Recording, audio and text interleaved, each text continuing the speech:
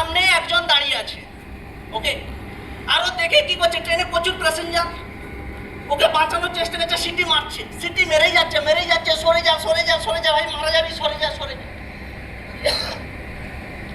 But ও মালটা সরেনি, আর যেই ওকে ও সরেনি, কি করলো, যে ট্রেন চালাচ্ছিল সে হঠাৎ করে গিয়ে ঝুবড়িতে ঢুকে যায়, ট্রেন লাইন চেঞ্জ করে ঝুবড়িতে ঢুকে যায়, ট্রেন উল্টে গেছে, কিছু মানুষ আহত হয়েছে, নিহত হয়েছে, মারা গেছে, ওকে। এবার ট্রেনের আধিকারিকরা এসছে ওখানে, এসে ওকে কোশ্চেন করছে, আরে ভাই কি ঘটনা ঘটেছিল, ট্রেন ঝুবড়িতে নেমে গেছে কি করে?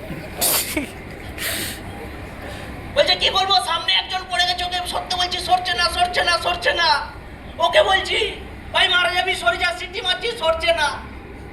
বলে তাহলে তুই পাগল আছিস, এত প্যাসেঞ্জার আছে, একজনকে ঝুবড়িতে ঢুকে দিলি, তুই তো ওর উপরে চালিয়ে দিতে, ওর উপরেই চালিয়ে দিতিস।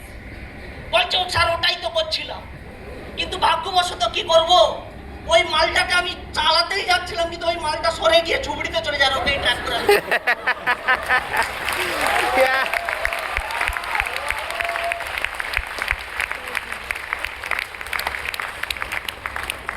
কিছু সময় ঘটে যায়, ঠিক কি না?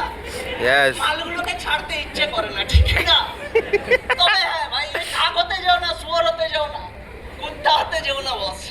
বুঝতে পারলাম কি পারলাম না? বুঝতে পারলাম।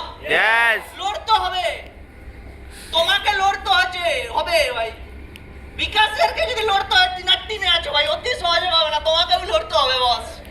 তবে হ্যাঁ, ওই মানুষটা লড়ে রাস্তাটা সহজ করে দিয়েছে, আমাদের কাছে সামান্য। বুঝতে পারলাম কি পারলাম? বোঝা গেছে? বোঝা গেছে?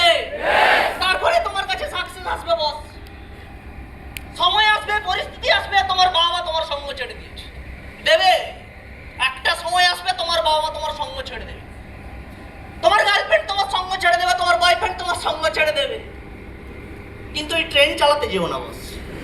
ও ছেড়ে দিচ্ছে, আমি স্মার্ট ভ্যালু ছেড়ে দিচ্ছি, এটা নয়। বুঝতে পারলাম কি পারলাম? আত্মীয় পরিজন প্রতিবেশী সবাই তোমার সঙ্গ ছেড়ে দেবে বস, আমরা ছাড়বো? আমরা স্মার্ট ভ্যালুকে ধরে রাখবো, জড়িয়ে রাখবো, ছাড়বো না, তারপরেই আমাদের কাছে সাকসেস আসবে বস।